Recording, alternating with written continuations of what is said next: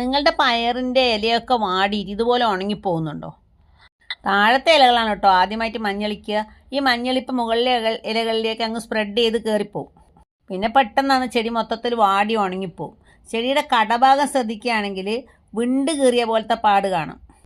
ചുവടിന് കുറച്ച് വീക്കം ഉള്ളതായിട്ട് മനസ്സിലാവും. മുറിച്ച് നോക്കിക്കഴിഞ്ഞാൽ ഇതുപോലത്തെ പാടും കാണും.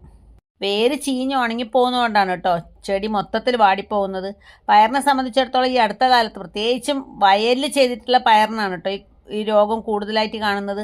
ഫിസേറിയം ഓക്സിസ്പോർ എന്ന് പറയുന്ന ഫംഗസാണ് ഇത് ഉണ്ടാക്കുന്നത്. കഴിഞ്ഞ വർഷം ഇതേ സിംറ്റംസ് കണ്ടിട്ടുണ്ടായിരുന്നെങ്കിൽ അങ്ങനത്തെ സ്ഥലത്ത് പിന്നീട് പയർ നടാൻ പാടില്ല ഉടനെ തന്നെ.